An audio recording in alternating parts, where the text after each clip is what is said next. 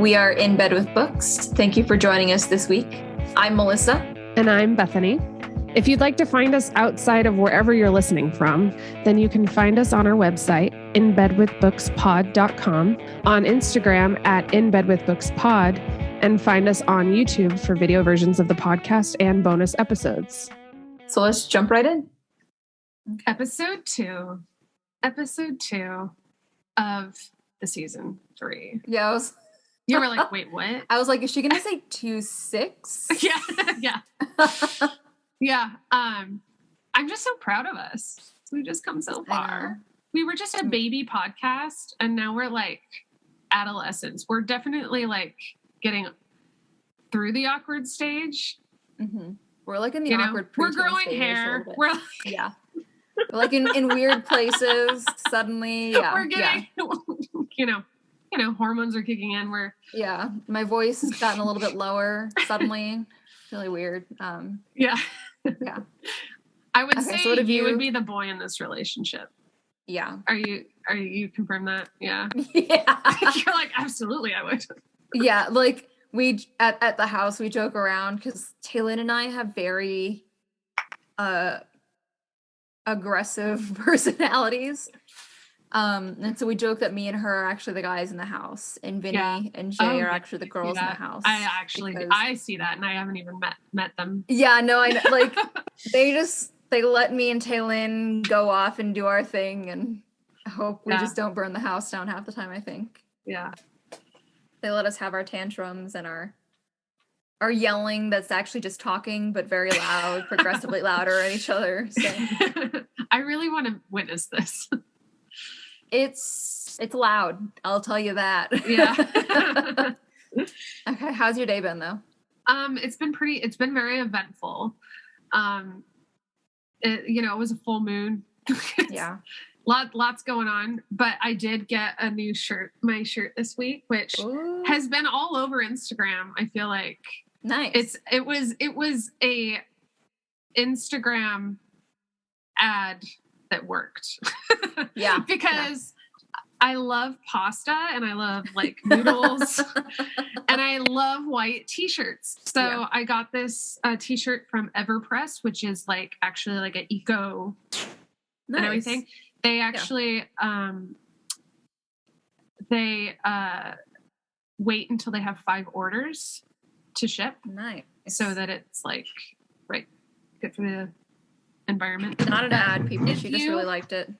Yeah, if you are on video, you would be able to see the glory. I'll read it. It says, al dente, consume your lovers and your pasta responsibly. It's true. It's good advice. And it's so cute. I just love it. It is cute. Yeah. I just still cannot wear white t-shirt. Actually, I just can't wear white, period. Even at 27, I will ruin it. Yeah. Within minutes of having put it on, I will ruin anything white. Yeah, the white shirt has a lifetime. It doesn't last forever. I don't care how much bleach or Tide you use. Yeah. It gets yellow in the armpits. So because we are human people. I got one white t-shirt a while back because I was like at H&M. I had the like coupon for my birthday. I had gone actually to like get a jacket to replace one that I had lost. Uh-huh. And you're in the zone, so I got this white t-shirt. I'll just sleep in it. The whole collar, and I think it's because I drool. So oh my gosh. Just like I've been able to get it kind of down because I would just sleep in it, so I didn't really notice for the longest time. But I like it's just like it's kind of like yellow, like it's like this weird thing, and I'm like, at the first couple of times I just washed it in hot water, and I was like, well, that didn't do anything, so I've had to use like stain spray. Oh, I use that. I go through that stuff more than laundry. Yes, it's so bad. Yeah. So that would just like reaffirmed for me. I was like, Melissa, this is, literally it was like 2021, and I was like, even at this age, you should not wear or own white. Yeah. So, it's okay. Just adult things. Just being honest with myself. Yeah. Just realizing. Yeah. The truth. But I did get my nails done today. I really love them. They look good. Got black. I had them like pink for Taylin's wedding. Yeah. which they looked great. I'm not gonna lie, but pink is just so not my color. And so the first couple of weeks I was really digging it at the wedding. It looked really great with my outfit. Yeah. And then like immediately after, like the next morning I was looking at them and I was like, this is trash. Like you just look at your hand and you're like, oh. Yeah, what is this? Who You're like, whose hand is this? Yeah. Yeah. So I got black again because that is my true form. Yes. I love it. I love it. Thank you. Okay, so what are we talking about today? We are talking about House of Earth and Blood, Crescent City by Sarah J. Maas. Yeah. This is the first Sarah J. Maas book that I've finished. Because we are in the midst of the book club right now. I have not finished book number 1 yet. The ACOTAR series, yep. Of ACOTAR, yes, thank you. So Crescent City is my first Sarah J. Maas, and let me tell you, this is top 5 books ever read, like ever. Yeah. I loved this book. I'm a huge fan of urban fantasy like this. I absolutely loved it. Oh, yes. my belly is getting all warm inside. I don't know why. I love that you love it because I also love it. And it is her newest series. So I would say it's her best written. Yeah. This and probably her last 2 books she's released are her best written. I knew you would like it because of the strong political themes about like slavery and like and like power dynamics that you just love. And then also this is our first urban fantasy. So we haven't really got to really like read one and talk about one. So but you've read urban fantasy before. I have not. Yeah. So this is the first one. Yeah. So I think I mentioned this when I was talking, when I had first started reading it, I was like, oh my God, like this reminds me so much of The Hollows. Bryce reminds me of Rachel and I was like, you got to read The Hollows. But it just hit that sweet spot for me as well. Yeah.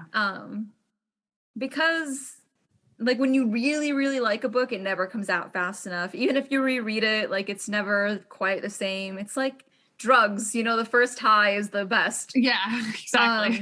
This felt like the first high again for me. Oh, yeah. Yes. That's a good feeling. Yeah. Oh, good.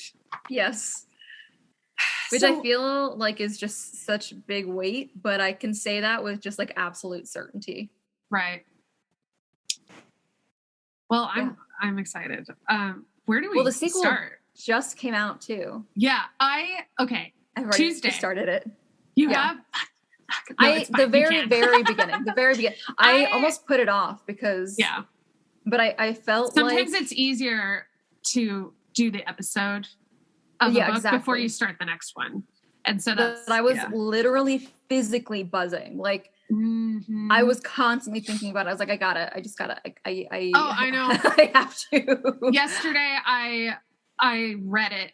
The first one I finished it. I was just reading it because I just had like 200 pages left and I'm like bawling like the last like 250 pages just I absolutely cried the whole time. Yep. And I'm like texting Milo like, I love you so much. Like while he's at work and I'm like, and like the little family that we've made, like because like that's what I'm like feeling in this book.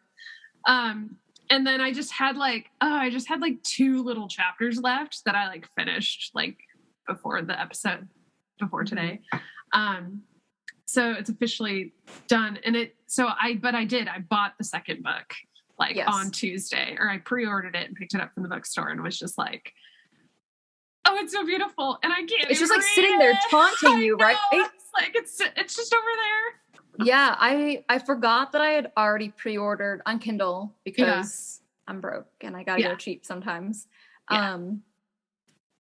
And so when you get to the very end of the Kindle, it'll be like, you own the next book, download. And like, and I saw that as I was finishing this up 2 days ago. No, was it Monday? I think that I finished.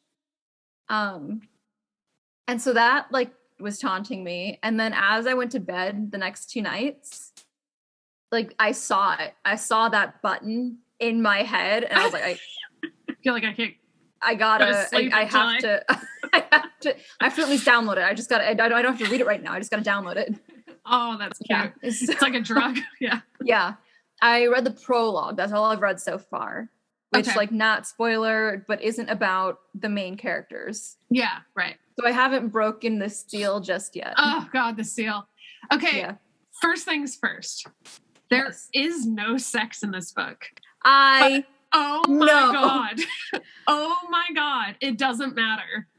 But also it's a slow burn and like, yes, so well done. It is. It's 800 pages of a slow burn. Yeah.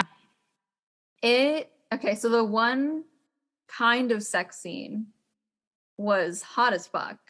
Mm-hmm. Just, we'll get into details later. But I actually think the hotter scene was her attending to him after Micah took him after those drug lords. Yes. And 100, like we've talked, I think we have talked kind of briefly a little bit occasionally about like sometimes the intimacy for me can be a little difficult. Mm-hmm. Just because like it's vulnerability and it's like hard sometimes for anybody, and so those can sometimes be a little rough for me, but that scene was so good. Mm-hmm. So beautiful. Mm-hmm. I didn't cry, but I teared up. Yeah, I cried a lot later. If you want to, we can get into that. But yeah, oh yeah, the shower scene was just so good, especially because she was she was so respecting him. She was like, I tried to avoid looking at his penis, even though he was completely naked, which is like bare minimum. Like that's a very decent human thing to do. But it showed him as well because they have so much of their like teasing and everything. Mm-hmm. It was like I think a big moment for him realizing that she wasn't just viewing him as this kind of like what's the word? Livestock, like the others do, like the archangels do. Mm-hmm. She gave him like the respectability that he deserved. Yeah. And I love what she says. You look how I feel every day. And so there was this just a really strong sense of like that they're going through the same thing. And they really met each other in that like pain. We did at that point, we don't know yet. I think at least we don't know yet that she had almost killed herself the summer before, like the summer after. Yeah. I think we find that out maybe in like a scene or two later. Yeah. Because that moment is the first time that we like really firmly see from her like how Danica's death affected her. Yeah. Yeah. Because like obviously it's sad, and I feel bad that people assume that they were lovers because I was thinking about it and like I don't have a lot of friends, and it's not like a humble brag or any kind of like pity me or something. Like I'm one of those people who prefers to have smaller group of like really close friends. And I was like, if any one of my friends were to die suddenly like this, like I can't imagine that I would handle it much easier than she did. Mm-hmm. And like her and Danica were so close, like intertwined, kind of like soulmates. I would argue that her and Danica were soulmates over her and Hunt. Yeah. And so the fact that people just didn't understand that connection either was probably a big fuck you for a lot of the times. You know? I really admire it when authors make friendship as exciting and momentous to the character as the romance. That I just really appreciate that when they give it the time. Like, yes, Danica still is a side character, but she's everywhere in the book. Like, oh god, yeah. And she's everywhere in Bryce. You know, you can see that. So now that I'm thinking about it, even bouncing off of that, every single time I cried in the book was specifically because of friendship. So like her and Danica, when Danica died at the very beginning, I actually had to put the book down for about a week Mm-hmm. You were like, because that was what rough. am I getting into? Yeah, exactly. Yeah. I was like, that is the first 5 chapters of the book. That is fucked up. Yeah. And then when Leaba sacrifices herself.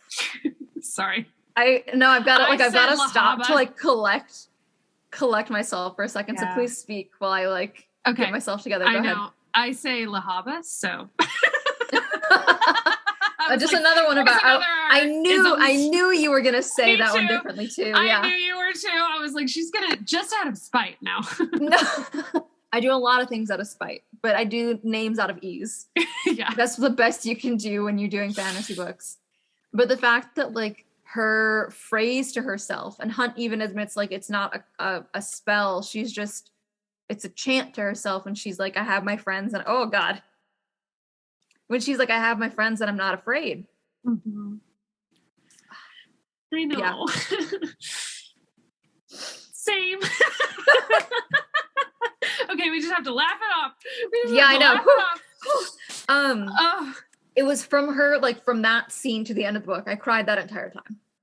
Oh yeah. She set me off, and then it was just like Bryce. Everything Bryce was doing wasn't even like. It wasn't just to save Hunt. It wasn't just to like do anything. It was because she knew she had to save these people. She's such a good person. Yeah. And she's such a sweet presence. God. And then there's like, she's just so cute watching like her on her like little sofa. Like she's just this adorable like person. And then she's like watching her like, and then she's just always like, she calls him Athy and like jokes with her and like, it's nice too to have those like characters that see what's going on and say it to the people who aren't saying it to themselves, which she does a lot. She's like, Athy's so alone out there, or just like, you guys are friends, you know, or something like that, you know, and before they've admitted it to themselves. She has this really beautiful way of caring for Bryce, even though like in terms of like the way their society is structured, there's no reason the two of them should be friends. Right. And then even within the office, like Bryce is technically her, like, I guess her boss, even though like Jessica is, I think they're more like co-workers, honestly. Yeah, but except that's kind of the vibe I got. Yeah, except that like Leaba is a slave. Yeah. She's owned. Yeah. And so that like that puts her at like a lower spot. Exactly. Yeah. Generally, and then specifically within the office, because at the end of the day, Bryce gets to leave. Bryce gets to go home to Hunt and to Syra. Like she gets to bring Syrinx home. Syrinx, say that one name too. Whatever. Oh my god. I think you do it out of spite. I don't. I read this first. That's fair. That's fair. Oh yeah. That's but she lived thing. And she died at that. Like she sacrificed herself knowing that she was free. Yes. Yeah. And that was her first choice as a free person. Yeah. Yeah. A lot of really fun sidekick, like creature type characters in this, like Syrinx and Lahaba and like even Juniper and Fury are like all very distinct. Yeah. I really enjoyed that. Like it really kept it like even Syrinx is just like presence. Like it's always like talked about like, okay, like he's excited to see Hunt, or like they curl up next to them on the couch, or he like makes his exit because things are getting interesting. You know, just like I just love that because it makes it adds so much to the world. You feel I love that also he's given like intelligence slightly above like a pet, because his behavior is very much like a pet, but then we get the one the one interaction, and I love this one, but it's the first night that Hunt is like staying on the roof across the street, and he had fallen asleep. But then he woke up to like sirens like biting him to wake him up, and then like he zoomed out and like popped back into the apartment. Yeah. And so from that single interaction, no matter how much shit like he gives Bryce, the Chimera actually genuinely cares about her. He understands that she's in danger, and he also understands that Hunt is there to protect her. Yeah. Oh. And so there's this. And I'm sure some of it kind of goes back to the fact that it's meant to be this very political text. But like technically the Chimera and the Fire Sprite, so like Syrinx and Leaba, are at the same like level. They're both lowers. And there's not really as far as we can tell, as far as we can see so far. Maybe in book 2 it's different, because the very beginning we do see some expansion. I will mention that. Ooh, sorry. It was a hiccup this time. It was just a hiccup. So this very, very sentient little mini person whose power is fire and who is cursed because her ancestors helped in a revolution that failed, and what is essentially like a glorified cat with some superpowers, are the same level. Yeah. And like one that's fucked up for the little person, and 2 that implies some level of consciousness above an animal for the Chimera. Yeah. Yeah. Which, again, just makes it more fucked up because they're slaves. Yeah. It's very clear that these beings, that these creatures or people, I should say, have a lot of intelligence and agency. Yeah. And yet they're not allowed to express it, right? Yeah. Just because they're small, just because they have quirks, that they're not, they don't look like fae or human. And these powers that they have are known and dealt with, very good way to put it. Chained in some way. And here's Bryce like selling her like freedom essentially for chimeras, for the chimera, because she has to work for Jasiba, right? It feels like a microaggression. I'm not gonna lie. Every time we say things differently. I know. Until for his freedom and he and Hunt, I think, and it was his point of view, said, and the chimera chose her. He can leave at any time. He can walk himself. He can, but she walks him. She puts him in like a crate, and he's like, "How is that?" Does she? And she clearly doesn't know. But then when you get her point of view, she's like, he walked himself to the crate and closed the door. Yeah. So he clearly respects the dynamic they've created, because he also understands that Bryce needs him just as much as he needs her. Yeah. I do like to think that Jessica was selling him, knowing that Bryce would do that. Knowing that she wouldn't have taken him willingly. Yeah. If she'd have just offered him up, but if she was pretending to be, I don't think she's nearly as bad of a person as people like to think. No, I think that last chapter kind of. Yeah. We're going to see more of her. Oh, I hope so. And she's always had a very placid, at the summit, she just didn't have any reactions. She didn't she seems to only be interested in the library. Yeah. You can see some concern for Bryce, and that's why that it goes deeper. Because she does not let things out. She's right. She's very composed, just very guarded person. Yeah. Yeah. There's the one line when somebody asked if they could send a message through the PA system there. Mm-hmm. And she just says it's only one way. And like the way it's worded and like kind of like whatever like non-coded text is there kind of implies that she is just as concerned for the fact that it's a one way and they can't say anything. They can't send any message out. Right. That she almost like regrets that. Yeah. For this moment. Yeah. Mm-hmm. Yeah. Yeah. Also the fact that like, okay, she's all scary because she works with the Underking, right? She's like the only other person in that house but the Underking, it seems like. And if there's one thing that I've learned from reading the sheer absurd amount of YA that I've read, it's that if they're named the Underking and they're like the god of death and like the afterlife and everything, they're probably not as bad as they're being made out to be. Right. Like it's never like death is an inevitability. The name, like the Umbra Mortis.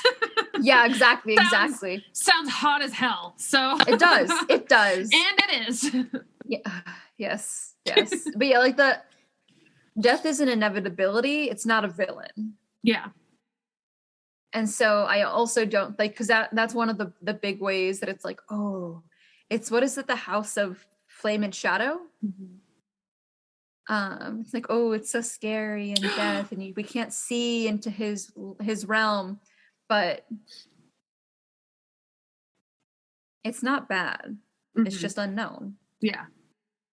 When you said that, sorry. I had a moment where, not to go back to La Habra, but okay. The moment at the summit when everyone stands up. Yes. Stop. I just got my tears to stop, so it'd be great. But I needed to mention that. Yeah, I'm already tearing up again. It's just such a beautiful moment. Yeah. Like it goes hand in hand with my like, I will cry during a really, really good battle scene. Yeah. And it goes to this kind of like this sacrifice, because in a battle scene, a lot of people are making this sacrifice. Yeah. But then when you get just one person, it took me like 30 minutes to read that chapter because I kept having to stop. Yeah. Blow my nose, wipe my tears so I could actually see, get back to it, read 2 lines, same, cycle through. Like that was the system that I had going for that entire chapter. Yeah. And I absolutely loved that Micah saw her before he died. So he knew exactly who it was that was responsible. Yeah. So. Yeah. Okay. I just remembered that when you said Flame and Shadow, because it was like everyone from her house, or what used to be her house, the Sky and Breath. The house? Yeah, Sky and Breath. Yeah. Because that was the house. That was another thing that's like so fucked up, because like she wasn't there for the revolution, but to really spite everybody, the Asteri. Yeah. Oh my God, do we say that one the same? Are we on the same page? Yeah, Asteri. I think so. Okay. Why that one? There's because that's like an actual word. I know, but like it's the worst part of this book now. I know. They cursed them to like they kicked them out of the house. Yeah. And so now everybody after them, just because of like a few. It's like, where's the actual justice in that? Yeah. There's not justice in that. Yeah. Okay, another scene where I had to stop reading. Okay. Which I didn't the first time I read it, but just hit different. Things have happened since. Was when Bryce was getting her leg, getting the venom out. Oh yeah. Her leg. And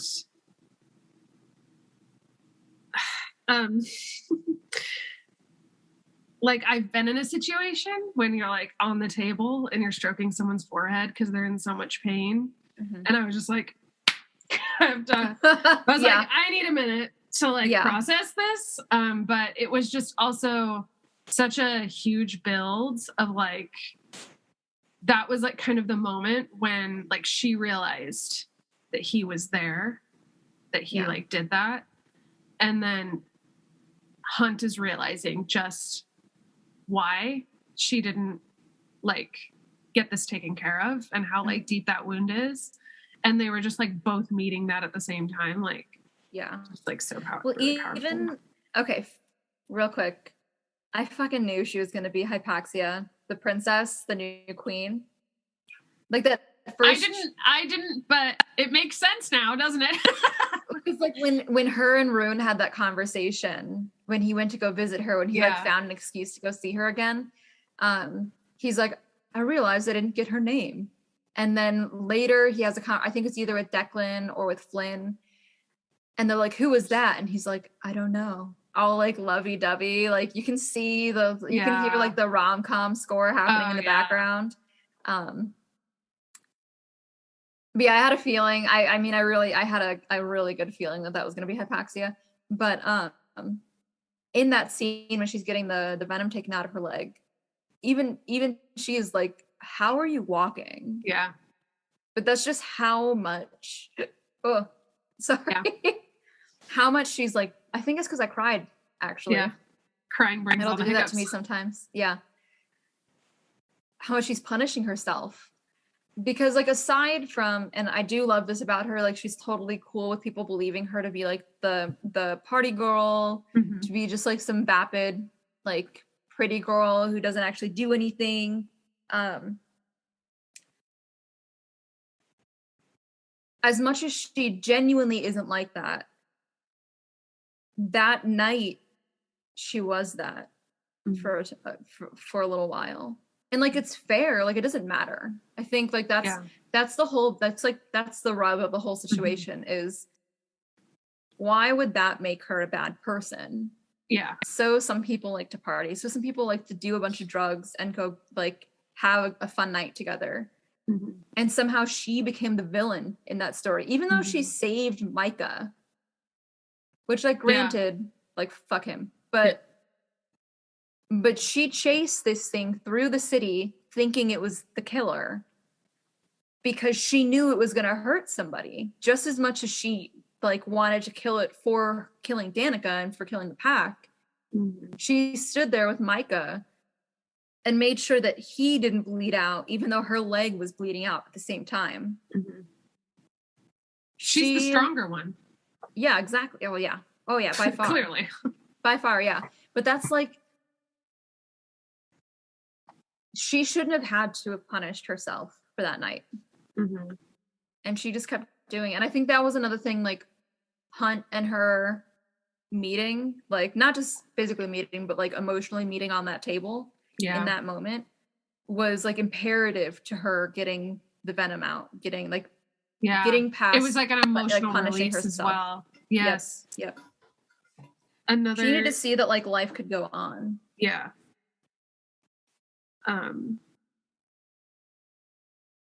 Yeah, because her future was right in front of her. Yeah. Another part that made me bawl. Okay. Was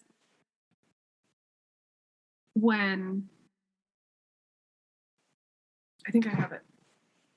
Actually, really quick.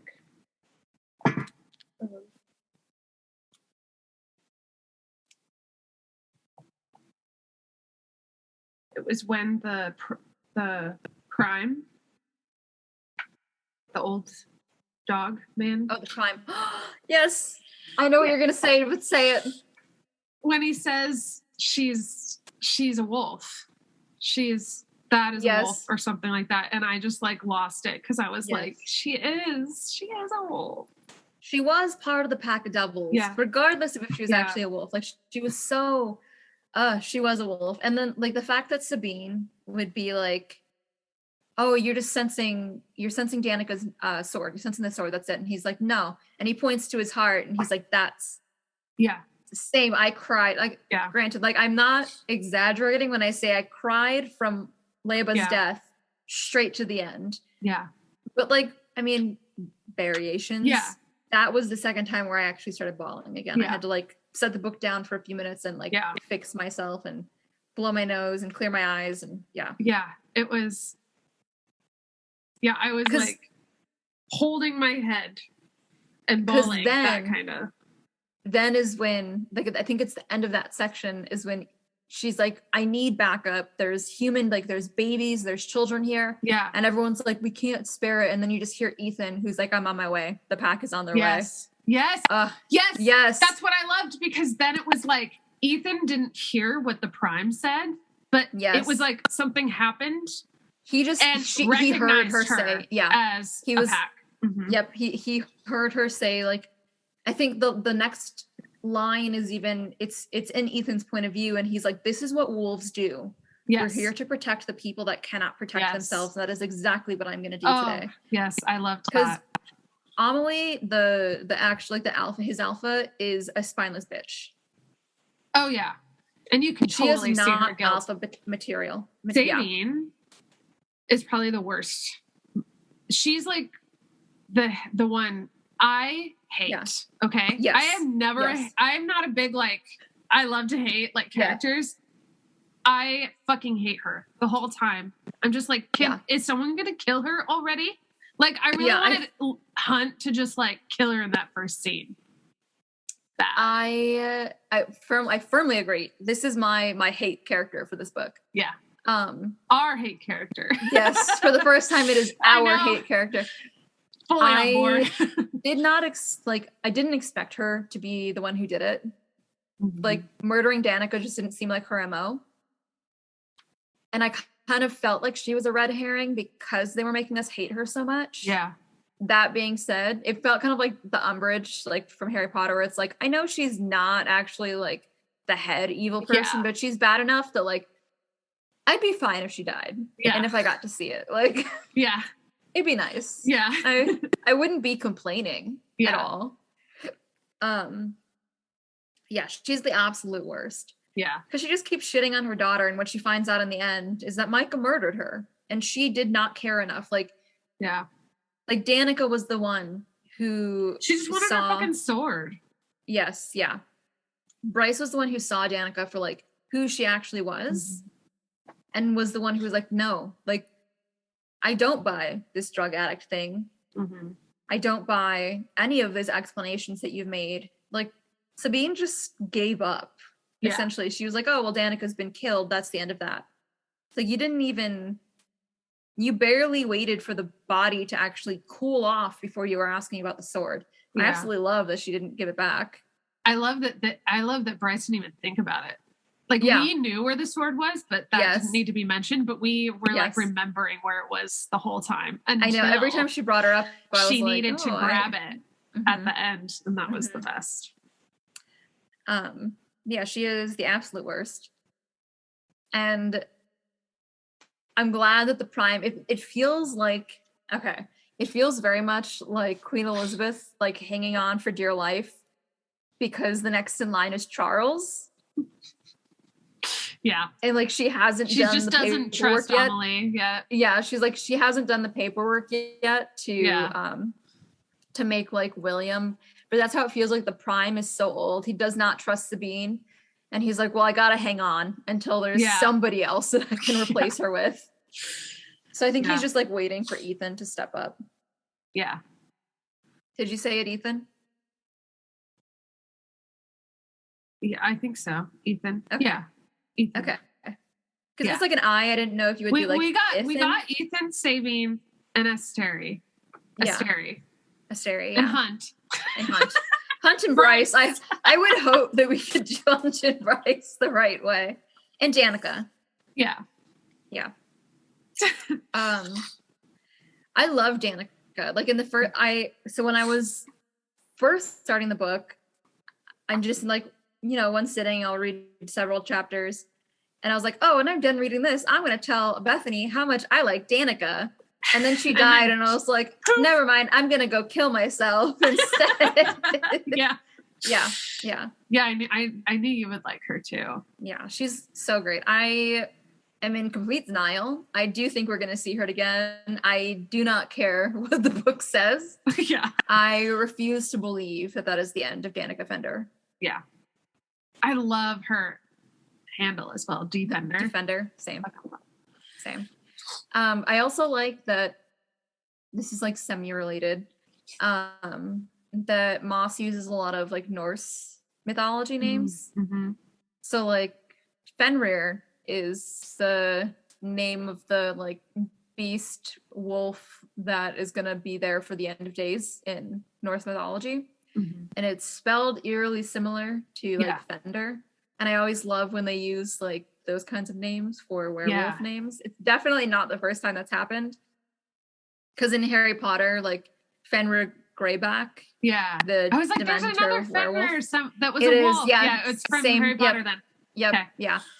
So I like that name because it's people like to use like lupine or lupin or like those kinds of names because it's like Latin and we know Latin. But I like actually it's a cool name. Yeah. So, yeah. Sure. And then the veneer. So in Norse tradition, like the gods have different I guess like ranks you could call it. And so the rank, the higher rank is the Asir, A, like one of those AE, like where they're like one letter. Yeah. SIR are like the warlords essentially, and they're the top. Yeah. And then the next level is like fertility and divination and music. That's where like Freya is. Yeah. Like beauty. They're the veneer. And so I also kind of like that because like the veneer were below the Asteri. And so even though it wasn't necessarily like a direct translation of it, it was still like a loose translation. So. Yeah. There were other ones. There were definitely other ones throughout because I remember thinking about halfway through, I was like, there's a lot of like Scandinavian, even like so like Striga is Strega is Italian, but Striga with the I is witch in Eastern European languages. Mm-hmm. So that's the name of the band, like folk band that Bryce likes. Oh, okay. Cute. Yeah. So I do like that she uses those things. Because like when you use like a mix like that, it makes it feel bigger. Mm-hmm. Right. And that's one of the things about like her books because they're all supposed to be in the same world, right? Yeah. Different times, maybe different locations, but the same like literal world. Yeah. And that's normal. Is like if you're drawing from these other like from various traditions, that would make sense because the world is so big. Why would there just be this one? There's a history that comes with that. Yeah. With like the word, whether or not it relates to the story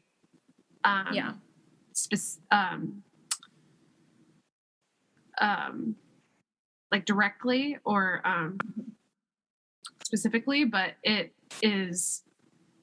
kind of creates there's kind of a respect that comes from it feels like there's like the terminology. Yeah.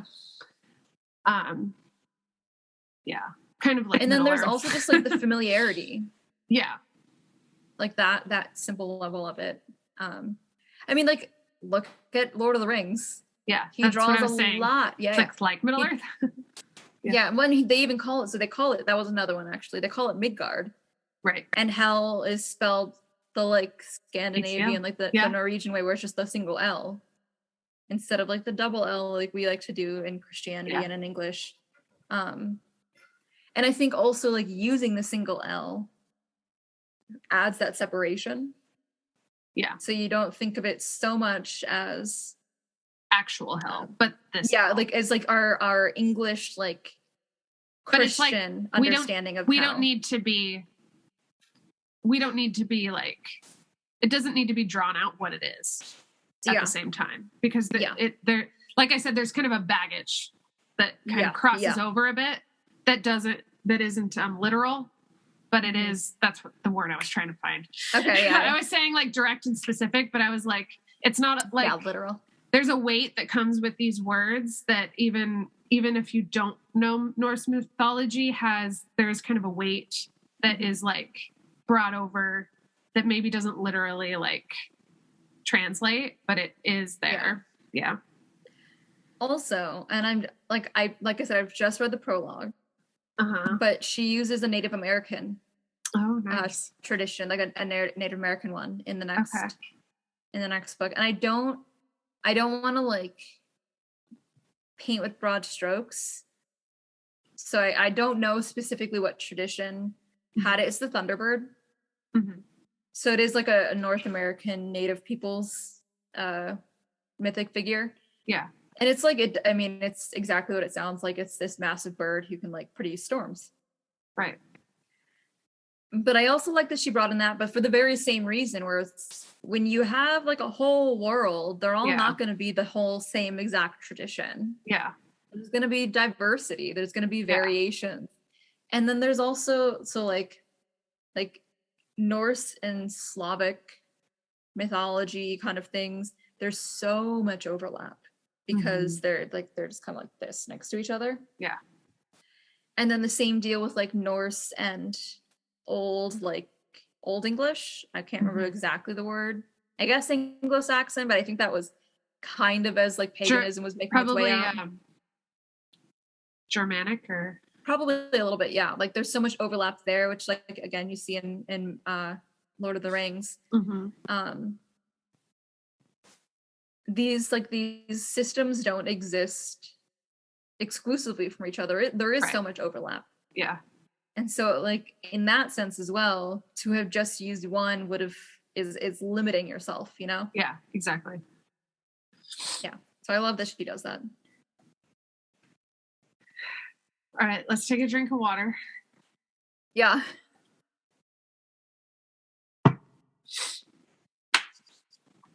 Okay, favorite character, go. Favorite secondary character. Secondary, okay. I was like, honestly, Lahaba. Nice, okay. Yeah, she's my favorite. I just think, isn't she though? Like, wouldn't she be my favorite? Like, I feel like it just fits. Yeah, it does. Yeah. I absolutely love Bryce. Yeah. Naturally. So that's why I had to say like secondary character. Yeah. Rune is mine. I knew you would love Rune. Yes. I love him so much. Yeah. I love him so much. Yeah. He in the final like battle scene bit when they're viewing everything and when he's seeing her use her like starborn power. Mm-hmm. And he was on kneeling. His knees. Yeah. Yeah. And I'm gonna sneeze. Oh no. I did it on purpose. It's an ugly sneeze. I was like, connection lost. I didn't mute myself. You did at first, and then you needed to explain yourself. Because your video's gone. Okay, there we go. Because like the realization that she had to like lie to him, and like the weight of realizing what he lost in their argument and everything, like I felt so bad for him in that scene. Not that I think she should have done anything any different, but like just the realization of like how deep of a divide you've created between you and somebody else is like, it's rough. And you could really clearly see how sorry he was and how he was trying to make it up to her. And I love, so there's so you realize that because she is the horn. Yes. No, Spoiler. because she is the star. Yeah. I mean, she's both. Spoiler. She is the horn and the starborn now. The starborn. Because she's the starborn, he's been like naturally like gravitating towards her without realizing it. While also realizing that he doesn't give a fuck at the end, that she's the starborn and he's not. Like, because you learn that, right? Like that's why he's been hanging around. Well, no, it is the horn because the starborn power is what draws him to the horn. Like one of the starborn powers is searching for it. But I think your point still stands. Yeah. Like, so I just love that at the end, he just wants a sister. Yeah. So sweet. I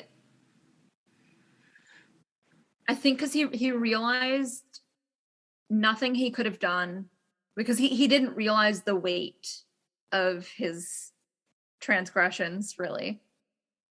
And so all of his apologies and everything meant nothing because he didn't realize just what he'd given up. Yeah. And so by that point this isn't just me trying to get my sister back. It's me trying to prove to my sister, like, me showing her that we can be friends because I don't give a shit about this. Yeah. Yeah. Also really love that we are kept in the dark about things. Mm-hmm. Like the fact that Bryce has known that she's the Starborn. Yep. And the fact that Hunt was actually starting a rebellion. Oh, I hated that. Really? Absolutely hated it. I mean, it was very good writing. Yeah. Like we had no idea, but also it made sense. I felt as hurt as Bryce was. Yeah. Same. Because it comes after him. Their moment at the doctor's, their moment in the shower, their moment on the couch. Yeah, I didn't actually draw out the timeline.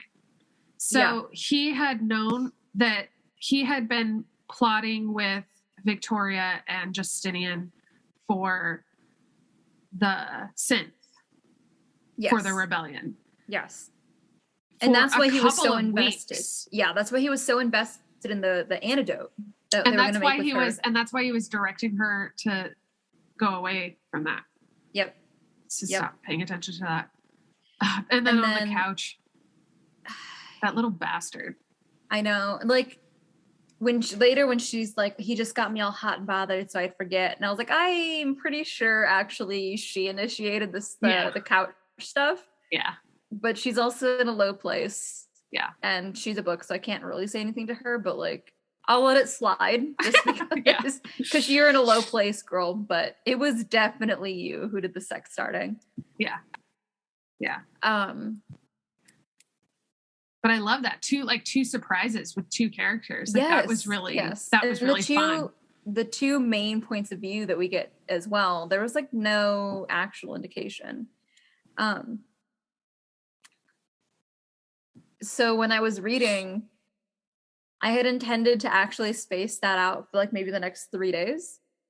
And I had started reading I didn't even really mean to, but I ended at the chapter just before the barge reveal with Hunt.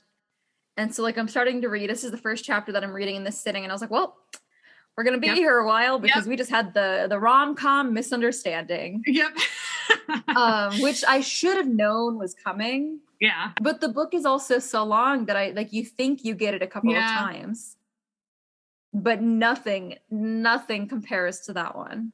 Yeah. I don't even remember the other ones that I thought were misunderstandings at the beginning. Yeah. Nothing. It just doesn't. Yeah. Like you just kind of, it feels like it's just them getting to know each other more. Yeah. And so like at the very beginning when they first get paired up and she does the whole like nails situation. Yes. First of all, I love that. Yeah. I absolutely love that she plays him like that. And when he's all like, what does she have to hug the nail lady for? I'm like, okay, she just did her a really good service. You don't know what it's like when you have like a really good nail tech or like hairstylist. Like I have 100%. Yeah. 100% hugged one of these people before, especially like hairstylists, because when they do a really good job, it feels really good. And you have very good conversations with these people. So like, she's going to hug the lady. Thank you. Such like a man thing to be like, what, she's acting like she just cured cancer or something. It's like, is that the only reason you would hug somebody? Yeah. Well, I love because you had said that, but I was also like, there's this, but he's like also like, obviously, yes, that's going on. Like, I'm not going to say that that's not going on because there's also, he has like a goal in mind. Yeah. And he's like getting to that goal and he doesn't really give a shit about her yet. Yeah. So he's just like, what is this like? Right. And I love that he buys into the party girl thing. Like he thinks that's who she is and she plays it up like, Yep. And so it happens with them. And then those assumptions dissolve. Yeah. And which then neither of them expects. And then she continues to play that for all the hysteria in front of Sandriel and everyone. I love it. That's a good scene too, when she's just taking the selfie, like, it's really cute. And because even like by that point, we also knew that she had used that as a weapon multiple times. Yes. and it's from Hunt's point of view, and Hunt in that moment realizes what she's doing. Yes. And all he can really do is like follow her lead in that. Yeah. There's this moment too, and I'm sure there's moments before it because it is drawn out a lot in their relationship of like moments when he's putting her needs before the case, right? Mm-hmm. But one of them that really stuck out to me was when he insists that she take a night off to talk to her parents. Yeah. When she was like ready to go to like the meat market or something and like or to the docks or something to go like investigate synth or something. And he was like, no, like this is like, you need to talk to your family because family, like this matters. And it's something that he doesn't have. And you need to like appreciate it when you have it. And I really, at the expense of it only being a week until the summit, like they needed, like, I'm like getting nervous, you know? Yeah. I was getting really nervous and I'm like, Hunt, no, like, she's your future. This case is your future. Like, you got to solve the case. You have to get to A to get to B to get to C. You know what I mean? Like, I'm like, come on, buddy. But I just loved that because he was just like, no, like, this is what she needs. Like, that was a huge sacrifice. And I just really appreciated that. I also love that he used it as like an opportunity to con her into going to the doctor for her leg. Yes. He had never brought it up before. Yes. And then he does it in front of her mom, knowing what's about to happen. Balls. Like, I was like, part of me was like, I don't know. I don't think Melissa will like that he's doing this because, but then if I were Bryce, I would have fucking hated it. I know. I was like, I don't think everyone would be cool with this. Like, it was definitely a ballsy move. I think though, like as readers, that, no, for sure. But like as readers, we see why she's doing it. Like it's this kind of self-punishment, this unearned, this undeserved self-punishment. And she's in a lot of pain. Like she admits that she's in a lot of pain. And so for that reason, like as a reader, I was okay with him doing that. Yeah. If I were her though, I would have fucking punched him right at that moment. And I would have closed the video and have been like, fuck off, get back to the roof. Like, don't get a bed tonight. Yeah. One random moment when she grabs the Knox balls. Yes. Like it was like she went under his flap and I was like, what's under his flap? What is she doing? And then I realized what she was doing. Everyone in the summit was groaning. I loved that. Yes, that was good. That was funny. I just had that moment in my head when you were like, I would hit him or something. I was like, I fucking would. She got to with something else. Going back to just like also her humanity, she jumped into the Knox to get tank Syrinx. just to get Syrinx. Yeah. Fuck Micah. He deserves to be in a vacuum bag. Yeah. That was good. That's a very good scene. Yeah. Her like nonchalant about it. Her getting up to the office because the entire time, I'm gonna be honest, I had no conception of where anything was. Where Jessica's office was. Like for some reason I was thinking it was like above the Knox tank. Oh, and so the entire time that she was like, I think because sometimes it feels unclear on whether or not she's sitting at her desk. No, yeah, I agree. Yeah. Yeah. Which like, I mean, authors can't like completely hold our hand through things. And so like it happens. And so every time she was going like up the stairs through that battle scene, I was like, can you go up like higher and get to the antidote that is sitting there? Yeah. And then we get it from Hunt's point of view, and when she like backs the and he's just like, what is she doing? He's like, I don't know. And then she's like using this power as if she's had it her entire life to grab and assemble the gun. Mm-hmm. Yeah, that was great. The biggest dick energy I've ever seen in a book in my life. And also like, this book feels very cinematic. Yes. Especially in this scene, the way this entire sequence is told, from Jessica like getting the text and making like getting the feed up on the wall. Screens. Yep. Yeah, to to Ethan's response, to the way they cut from Ethan's response about he's going to join her, to his point of view on like, this is what wolves do. This is what we're meant to do. Even when like Rune is like talking to Hunt telepathically. Yeah. That whole you can that see whole thing. Sandriel still holding her power against like Hunt while most of this is going down, and everyone's facial expressions, and it was very yes, very like that is the kind of scene. That scene alone, actually, I should say, that scene alone is why I would like to see this book made into a movie, or I think it actually should make a very, very good TV show. Yeah. But the way Maas describes Micah being shot, beautiful. Absolutely. Like, we're hearing just like the detail of like his brain being impaled with a gold God Slayer bullet. And the way that she describes it is just so perfect, because you can feel the slow motion without her like saying when time like, stops. Yeah. Yes. Yeah. Exactly. Like, oh, it's so well done. Yeah. So yeah, I can understand this being one of her more recent books, because like chef's kiss, just like poetic cinema. Yeah. Like, it's beautiful. Yeah, it's really good. And like even just reading through it, I'm just like, the writer in you is just like, I will never amount to this. Like, yeah. It's like, I don't know if I have it in me to like be this good, to know when to drop the heart and and when to drop the action, and when and keep the momentum going. Because how many times in like the last 200 pages of a book is there just like chapters you just have to get through to like get back to the action, or like get back to like whatever. It's just it's very well crafted. It is, because the last 200 pages of the book aren't slow at all. It's the best part of the book. And it's funny because like you had said a couple of times that like the action doesn't pick up until later. And I remember thinking like maybe like 300 pages in. I was like, already tons of action.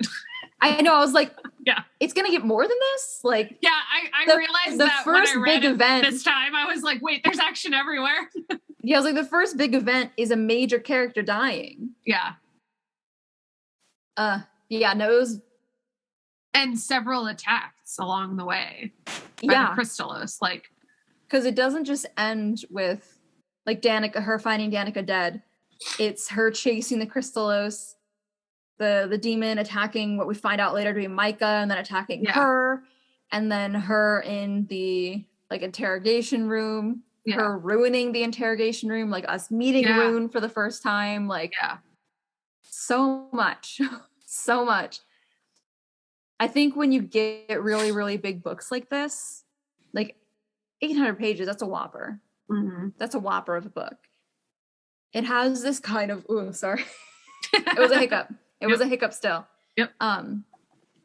There's this like assumption that a lot of it's going to be really slow, and that there's going to be like drawn out things that there's going to be that section that you're just like, like that you're going to have to quit reading for a couple months and then get back, like, because you can't. Or like you're going to reach this point where it's like, this could have been 2 books, but it's like, that was very firmly one very, very deep and very well hashed out story. Yeah.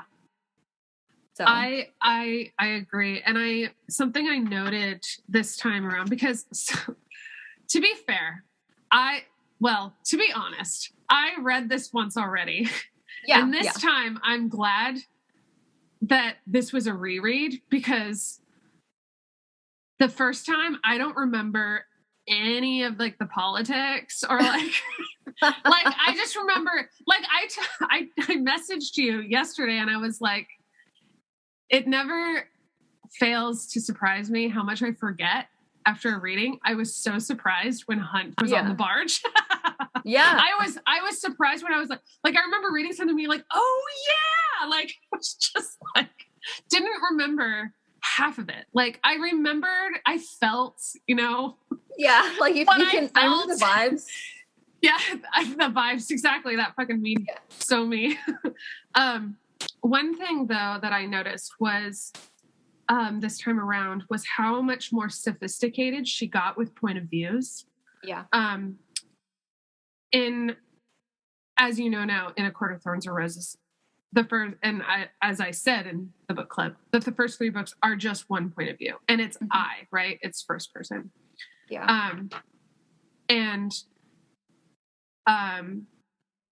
the small little book, whatever, Court of Frost and Starlight, is like multiple points of views, and it's I.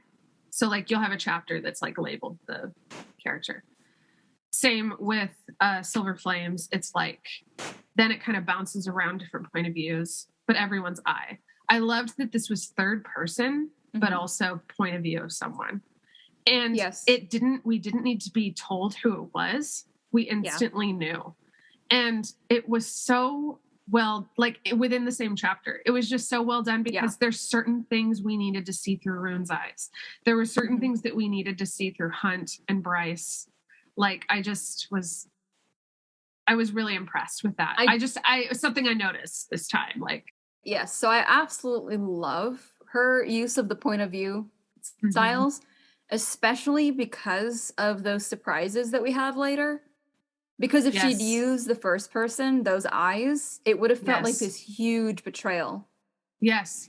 Like not just like as the characters, like with Hunt and his thing and her not telling us about the like the Starborn, but like as readers with the author, because the eye is like such a more personal point of view to use. And so the fact that it's third person, like we are this level away. We're not in their brain. We're only given what we're allowed to be given. So I love the way she uses point of view. And I think there's times when kind of like more on the subject of the betray or the surprises, is that there is like if you read it again and remember what happened, you'll be like, oh, like because there is, and I can't remember them. You probably like once you find out what happened, you think back on those like statements and you're like, oh, okay. Yeah. And I think she reminds you too. A couple of times, yeah. There's a couple of times when there's like italics of like what was said, and you're like, oh, okay, that's what that meant. Like, oh, the part where Bryce was like knew about like kind of being like a slave to something or like to having power. To, like, that was rare one power. Yeah, that was one. But like Maas also sets this precedent for being surprised. So Bryce, it always feels like Bryce like has this kind of like second plan going on. And I had messaged you right after I read the nails scene. So I guess like when we had talked about this, because I had this feeling, I was like, Bryce isn't just being this like vapid party girl. She's like she's doing something here going on. Yeah. Hunt is just too blind to see it. And so that's why we're given his point of view here. And so from the very beginning of their partnership, Maas has been like, you don't know what either of them are doing. Yeah. Because at that point, we still don't even know really the extent of what Hunt does for Micah. We have like an inkling. We kind of understand, like we know that it's really hard on him. So you can kind of infer, but we don't know like the full force of it. And so for both of them throughout the book, there's still so much that we have to like uncover about them personally. Yeah. And so she really is setting the stage for these huge reveals from them at the very like the last 200 pages of the book, the last quarter of the book. And the fact that she's such a more powerful Starborn, it's really she invented girl boss. I'm just gonna say it. Yeah. Yep. Yeah. I love that they never say I love you. Like, I just like that so much because it's like, okay, we have somewhere to go still. Like, thank you. And then also, they have just met. But they've only known each other for like a month.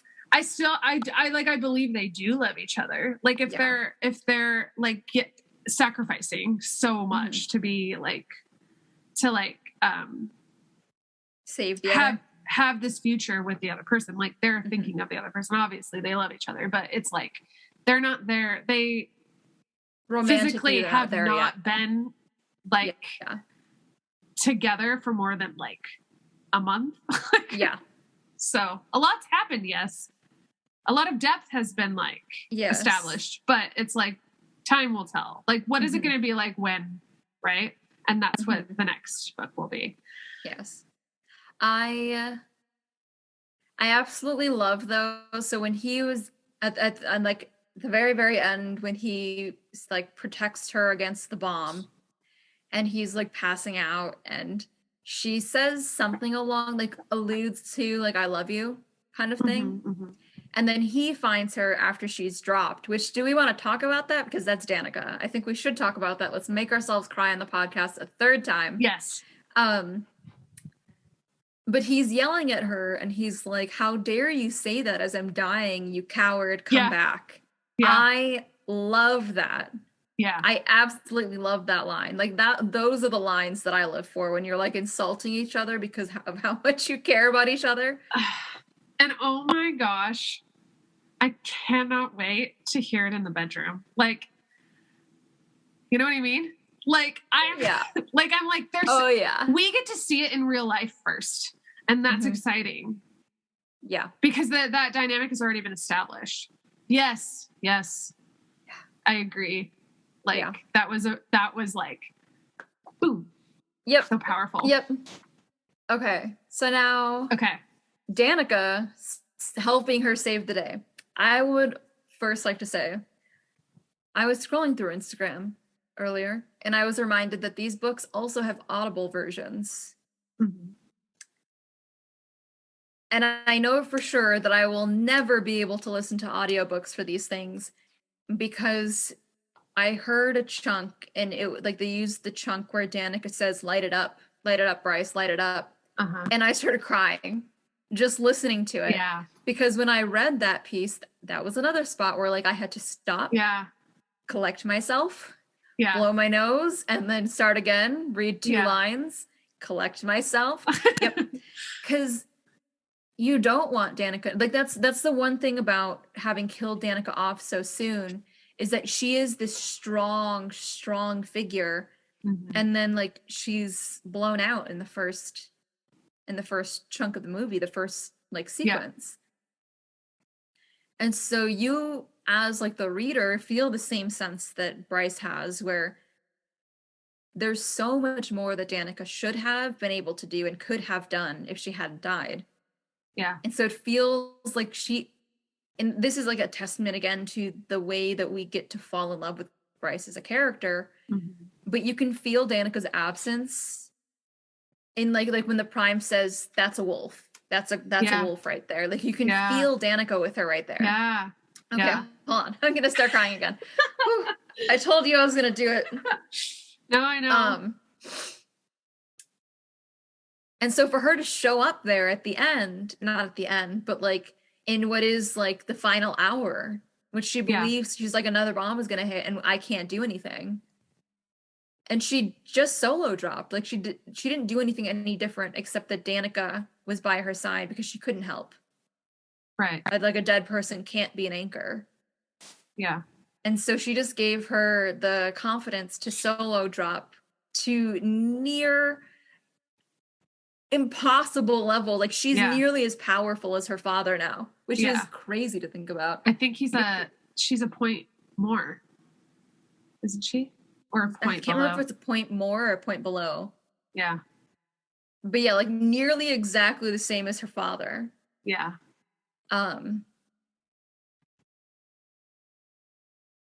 So I refuse to believe that was the end for Danica. I absolutely refuse to believe it. Yeah. Even though it's like at the very end when like the mist opens for a second and she gets like the 6 figures waving and Danica's not there. That doesn't mean she's gone. Right. It doesn't. Maybe there is another part of the horn that she has. Maybe there is another part of the aisle that she was grabbing dinner. Yeah. they were going to have a very nice picnic. Yep. And she had to go pick up the things, and that's why she wasn't there to wave. Yeah, she was going to get more wine and cheese. Yep. Thank you. Okay. I think we're ready. Yeah. You Are poor we? thing. Shut up. It was a very good book. It was. Yeah. I think we're ready for the sexy parts. Oh, yes. Yes. Yes. Okay.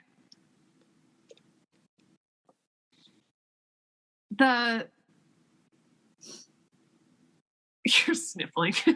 I am clearing myself. It was an emotional book. Thank you. It really was. I agree. Yeah. I found Hunt and Bryce's relationship to be kind of where I was. I think just that scene of them in the hospital, of just like realizing it, that was like kind of it for me. Like, I mean, not like it, but you know what I mean? I was just like that I cried too, for sure. Yeah. So, okay. Sorry, I'm trying to like go from like sad and emotional to like spicy and fun. Well, we can ease in there. Yeah. So I love how easily they just kind of find domestic bliss together. Yes. Oh my gosh, that he cooks like her food. He cooks her breakfast. I have personal experience with that. Like, I was like, oh yes, like I totally get it. The one time she tries to like cook an apology meal, he's like, this is pathetic. Yeah. He's like, I'm gonna cook from now on. Yeah. You make sure. But they just like, okay, so after his betrayal, when Fury comes over, she's like, Fury sat in his spot on the couch. And I'm like, he's already got a spot on the couch? Uh-huh. Yeah. Like, how disgustingly in love were you? I know. Absolutely atrocious. I love it. The sunball hat scene. Yes. Like, that was really sweet. The unicorn scene. Yes. And he's like, Jelly Jubilee. How he's like, I didn't really think about it being toys, but I acted so fast. I think I thought it for a second, and he can't remember anymore. Yeah, he's like, I grabbed it faster than I thought, and but yeah, they just create this really easy dynamic with each other really quickly, because she's really resistant to his like babysitting. Yes. She tests the boundaries like a kid does at first when they do this. And a lot of that, I think, goes back to like her pain following Danica, because she's created like this routine for herself. She doesn't have room for anybody else. Yeah. She doesn't want to let anybody else in because people die. But just by like, it's the forced proximity trope. Yes, like they have to be. And then more bad stuff starts happening, so he can't just be on the rooftop. Like, he has to be there. Yeah. In the apartment with her. I did find it, because of that, because we don't actually know of any of the times that he like defied that. Even when he went to go get drinks with his friends, he like asked one of his teammates to watch her, right? Uh-huh. So when he betrays her, I was like, where was the precedent for him abandoning her like that, though? What do you mean? Because there's no mention of somebody else, one of the other angels, watching her. That is the first time that we find out that he's left her without any supervision. Right. Every single other time he had like Justinian or Naomi watching her. Yeah. And she knows that. She can see them across the way. But nobody found that is the only like hole that I have in the whole thing. And that's just because every single other time, as far as we know, every single other time he made sure that she was under surveillance. Yeah. Yeah. But that's to also say that like he pretty soon, it's not just him doing his job and making sure she's like being babysat. It's because he's genuinely concerned for her safety. Yeah. Well, and I love she keeps calling him like an alpha hole. Yes. And he's like not. No. Like he's never been. Like he always has like so, but like, and then she's just like a silly party girl, but she's not like, and so it's just like this. I love that like and dichotomy. Yes. Oh. Ding, ding, way ding. way to fit that word into the podcast. I think you have to go take a shot now because you said it. Do I? Oh, I only have vodka and I don't do vodka. I won't make you. I'm just kidding. I know. But the funny thing is, like, for both of them, it's just societal expectations. Yeah. So like he's known as the Umbra Mortis. Yes. And so even though everything he's doing, because he says it pretty outright a few times, he's like, it's just my orders. Yeah. It's like, I don't want to be here just as much as you. Yeah. Which, like, I mean, that tune quickly changes when they start to mean something to each other. Yes. And then for her, it's because, like, people, even he did, but, like, people get this assumption about her because she's got this beautiful, curvaceous body. Yeah. And she's human also. And so, like, she's got the beauty of the Fae plus the assumed, like, looseness of being human and this object that people can just take. Yeah. Yeah. Yeah. There's the dichotomy of them both being objects. Like, yeah, she has meetings and guys are just like drooling at her, and he's trying just to like grab this her brute, ass right? Yeah. Yep. And yeah, these like, and them both, you know, coming together. Yeah. I also think they're a really hot couple. Oh yeah. Probably the hottest. Oh yeah. I think Sarah was just like, you know, why not? Why not have it all? like that. Yeah. That was like the first thing. One of the first comments of his dick was pretty early on. Yes. Like that was an early, I can't remember exactly when. It was when someone was getting someone got like their wings cut off. He's thinking about like an old war criminal or whatever, right? Who got their wings cut off, and then something came a little bit later, and it was like, oh, and then like, oh no, someone was saying, oh, I'll cut your dick off or something, and he's like, well, that would be annoying to like grow back. And there was this, I can't remember exactly what was said, but it had like there was a thought or like I think it was him. I think I know what you're talking about. Yeah. It was like an emphasis on the fact that it was like large. Yes. He said something about like he called it his asset.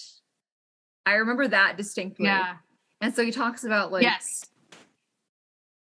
his most important asset. Yes. Yeah. And I think it was in reference to her talking about her assets. Yes. Because he had called them her assets. Like it's slowly coming back to me. But yeah, I know what you're talking about because he had mentioned her assets and then he makes his comments about his own asset. Yes. And then when Bryce is on his lap and she like and then the shower scene. Yeah.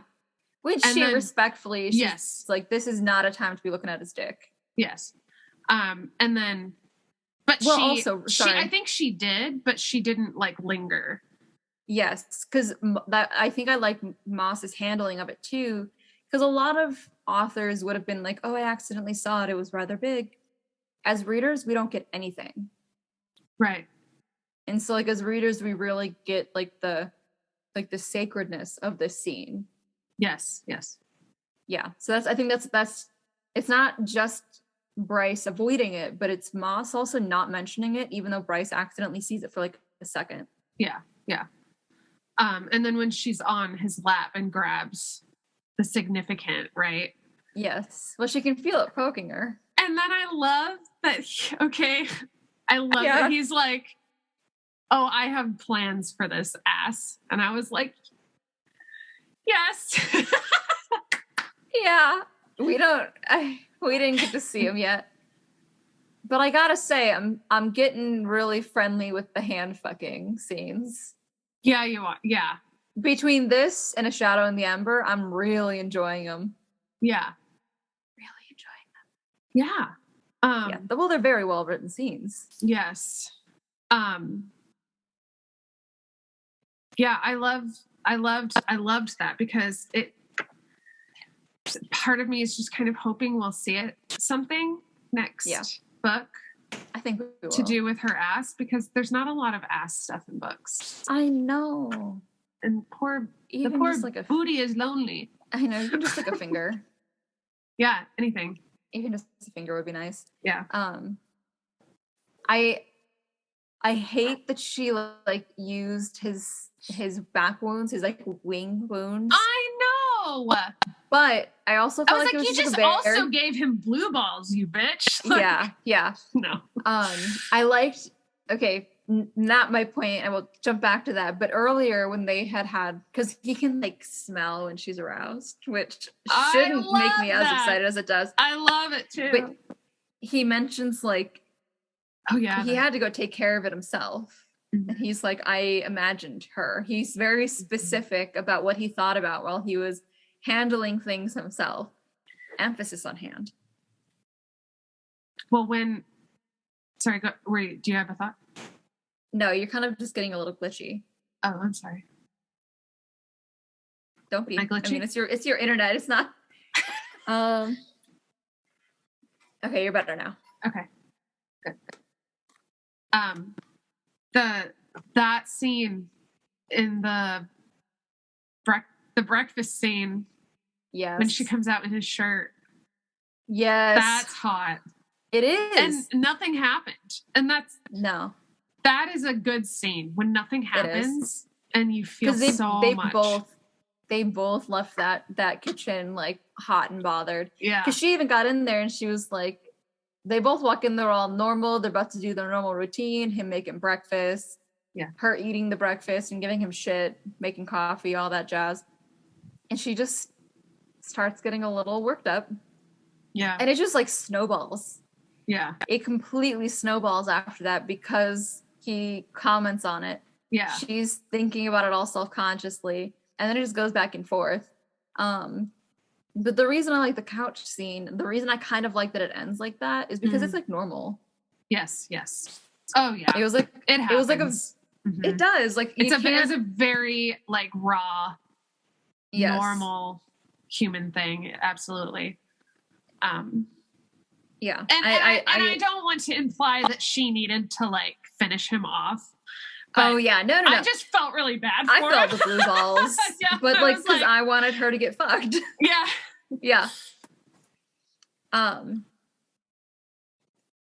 yeah, I like when authors throw those kinds of little things in because they're also like really normal things. Because like sex can be all hot and sexy, but it's not all hot and sexy all the time. Well, and then at the end, sometimes like weird things happen and you're like, fuck, like somebody falls off the bed or somebody hits their head and you're like, oh shit, like those things happen. Or the cat starts puking. Or the cat starts puking or like the dog comes in and like staring. Experience or anything. Yeah, no, not at all. But yeah, that's exactly, it's like those things are such like normal. Well, and then like at the end when her mom calls. Yes. Like we get blue balled again. Yeah, yeah. And then she takes a cold shower, which I'm like, why would you do that? Like, yeah, you're gonna get off the phone, no? Like, yeah. And then the fucking we're continuing other guy, this. Yeah, right. Like nothing's done. And then that other guy calls, and that is a good segue of like going of getting back to the end of the book of just like kind of rejoining. Okay, here's where everyone stands. Yeah. Like that was really well done of just like, here's where their sex life stands. Yep. Here's where her, like the family unit stands. And then here's where they stand in like the politics of the world, because even then he gets pulled away. Yeah. To go with Isaiah or whatever. Isaac. Like very much this sense that like, sorry, I kept again. That was a really rough one. Like a good setup for the sequel.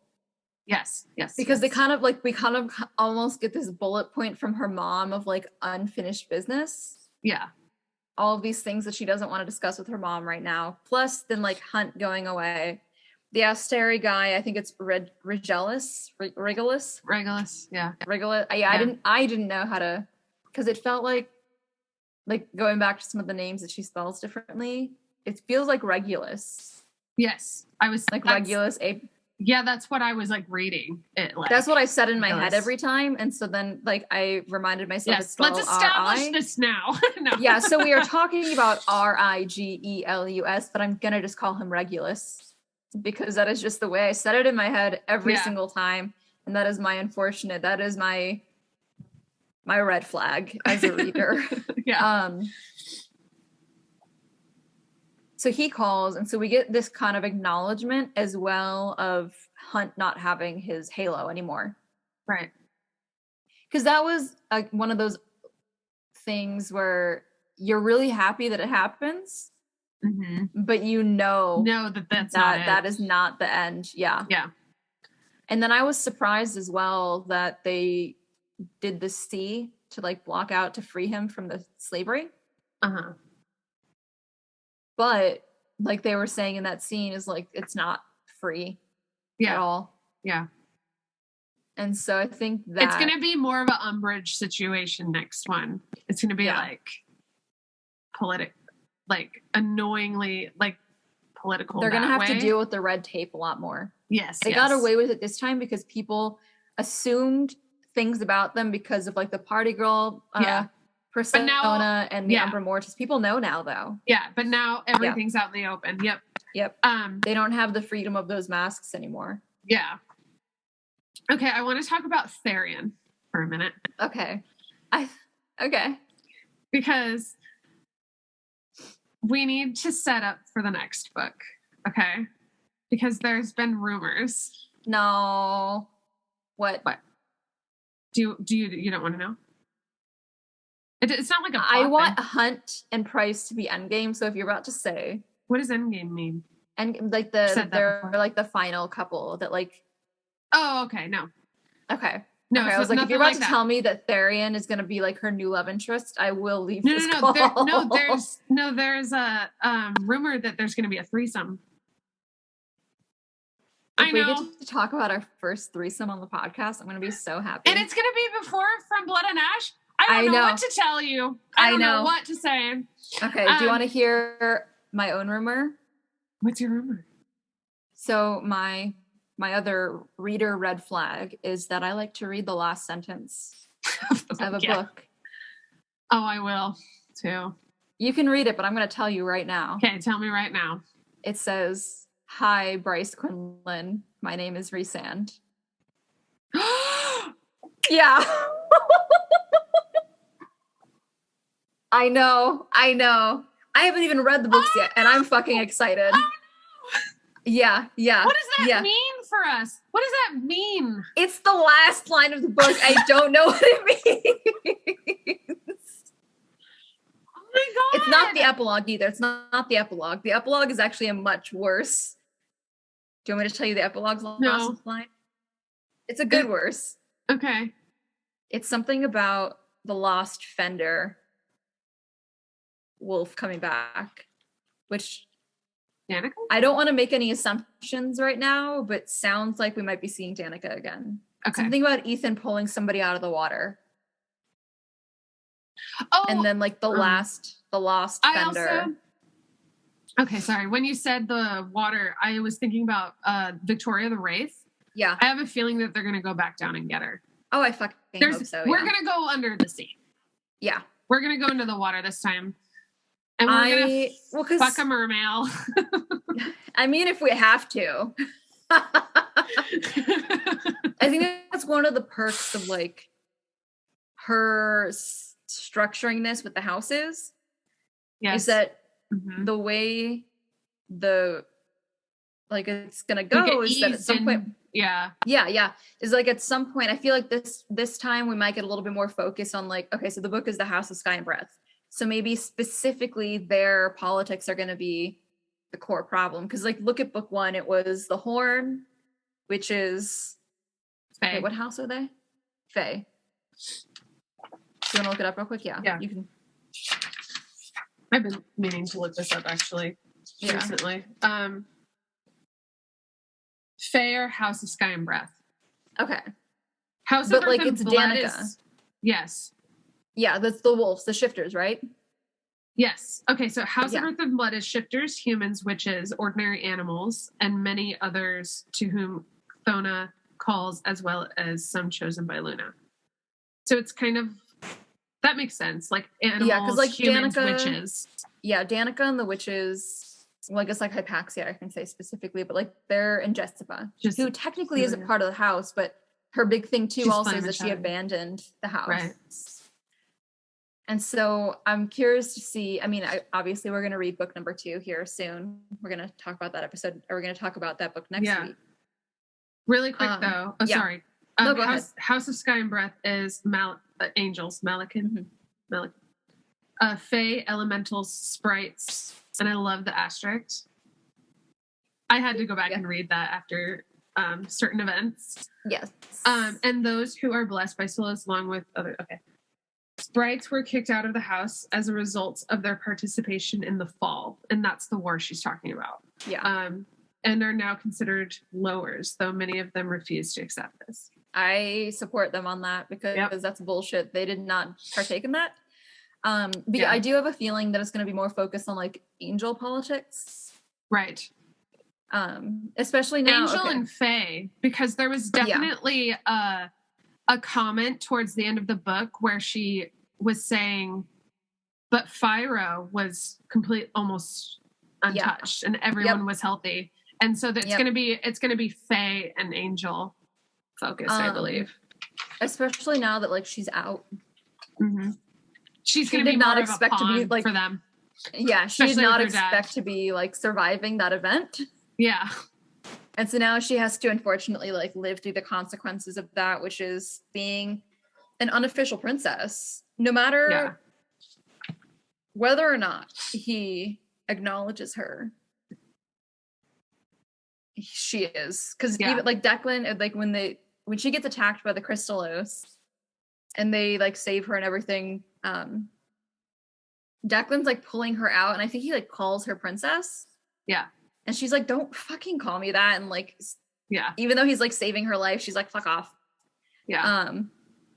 So I don't think she's going to enjoy what comes from this. No. I don't think she'll regret it because she saved like basically their entire world by doing that. But now she has to live with the consequences, like I said. But yeah.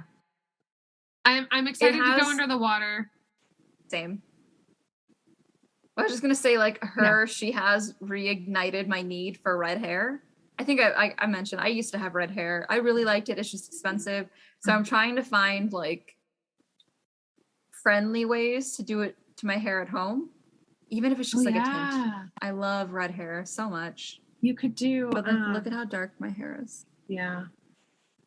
You could do is it the henna?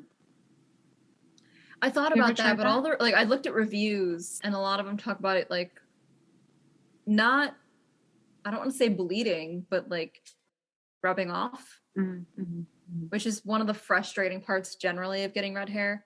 I thought about just doing like manic panic and getting like really, really red and then just like letting it, because my hair is so dark that it's not going to go automatically. You have to like bleach hair my color to get to like red. Yeah. But just get like a tint, just like a twinge. We should get our hair done at the same time. I was hoping to get my hair's so grown out. I was hoping to get it touched up before the season to be like, new season, it looks new fine. you. Yeah. I know it looks good. I do want to get it done though, because it's like I've had this for a while now and I'm ready for like a change. Yes. And I'm like, I want like the platinum, like, yeah. Like so Danica? We could do like you could be Bryce, I could be Danica. Oh my God. Don't tempt me, because I will. I'll do it. I won't die. Yeah, just I won't die. Thank you. Thank you. Yeah, I think that's my I will try that first. I'll try like Manic Panic or the henna or something. Yeah. If anyone with really, really dark hair has any suggestions, I am all ears. Yes. So thank you. Yeah. Just putting that into the ether. Yeah. I don't know. Is there anything else we need to talk about? I mean, it'll come always up gonna be in the next it'll one if definitely it needs come to. up. Yeah. Like that's what I love come up. about like reading them consecutively. It's like I don't Same. feel like I have to like say goodbye to it forever. Mm-hmm. Agreed. Oh, such a good one. I'm so glad we did this. Good start I'm to the so season. excited for the next one as well. Yes. And now we get to read it once I hang up. Yeah. I'm gonna grab it and I'm gonna go sit in the living room and I'm gonna read it for the next 4 hours. Oh, and it's 11:30 right now in the evening. Don't tell me I'm anything. not exaggerating. I'm not exaggerating. I know you're I'm gonna read it not. for the next 4 hours. Don't tell me anything. You've told me enough. That's fair. That's fair. I just could not hold that in. I would have done it myself. Yeah. I mean, I'm not going to stop you from reading that last sentence. I just wanted to see your reaction. I was like, if she doesn't know yet, I'm going to tell her. I need to see her face. Oh, God. Yeah, I am very excited to jump back into this. Yes. Yes. I'm very scared for the potential because I know, okay, this is, like I said, this is the very first Sarah J. Maas book that I have completed because we're in the middle of A Court of Thorns and Roses at the moment for the book club. But I know of her reputation for making not the first love interest, the final love interest. Right. But I love Hunt so much. I know. So my thinking is that technically Connor was the first love interest. Yes. And so Hunt is actually exactly. Also, I will say this because I agree. I have a strong feeling she's not going to do that this time. And this is why. It's because she's starting to get into the habit of switching main characters. True, that makes sense. Because so I think she was doing that. Like she really did it with Thorn of Glass a lot. Mm-hmm. Throne of Glass. But I think because it's hard to keep the romantic interest alive with one couple. And so I think now she's learning, we can move around. So she's doing, she's going to do all the Archeron sisters. Mm-hmm. Like, I'm wondering if we're going to do Rune. That's exactly what I was going to say. Yep. Like they really set it up. Really like Rune is head over her heels for Hypaxia. Yeah. And I also love a good fucking book. Like a queen really and like would. him. It really would. What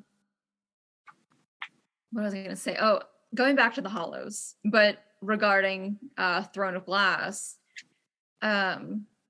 Rachel does that. So in the Hollows, she has like several love interests, but it's like at this point, I think it's about to be like 16 books. Yeah.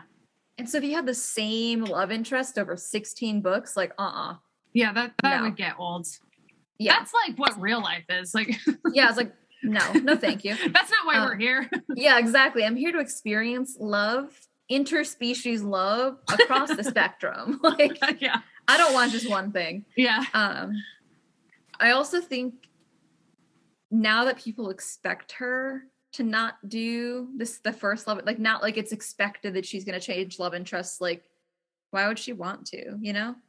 Yeah, exactly. Like, I just don't see it happening because as you know, and spoilers for Akhtar right now, is that Tamlin was not great. Yeah. Like, we know now what we're getting into with a Maas book and romance.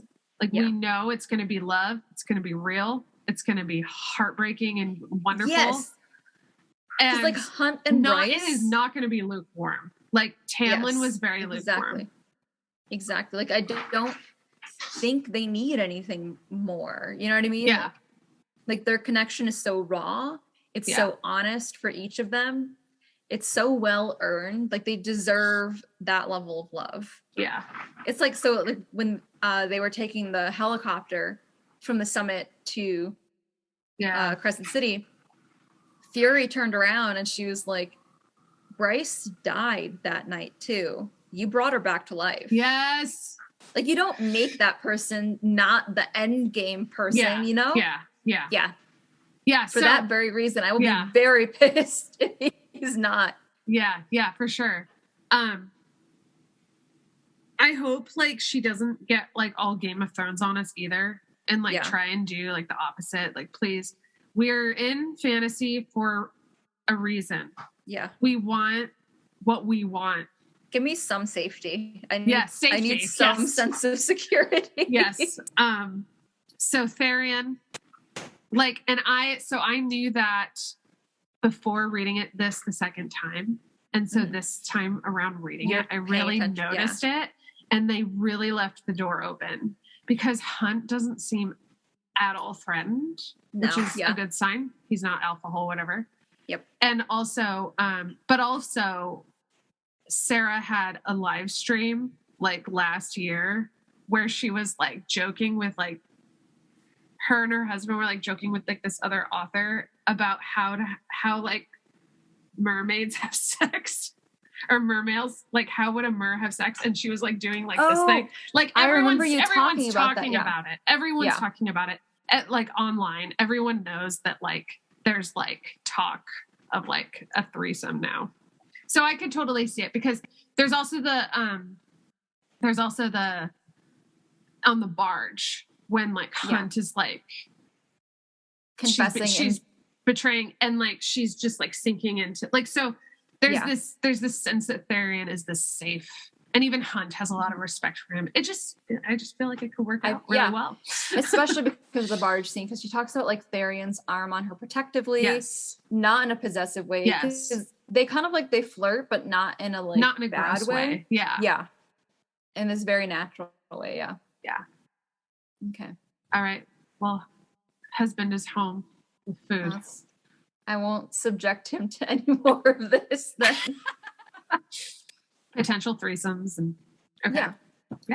All right, next one, House of Sky and Breath. Week, House of Sky and Breath. Yes. Oh, I'm ready. My body is ready. I will never say the phrase happy reading with any more like happiness and joy and meaning. I feel like I'm so excited for the sequel, and I feel like everyone right now online is like not online, they're reading. Like, it's been like dead air. Yeah, so I'm excited to get into it. I'm happy to jump on the bandwagon. Yes. Okay. Until next week. Until next week. Happy reading. Happy reading. Bye. Bye.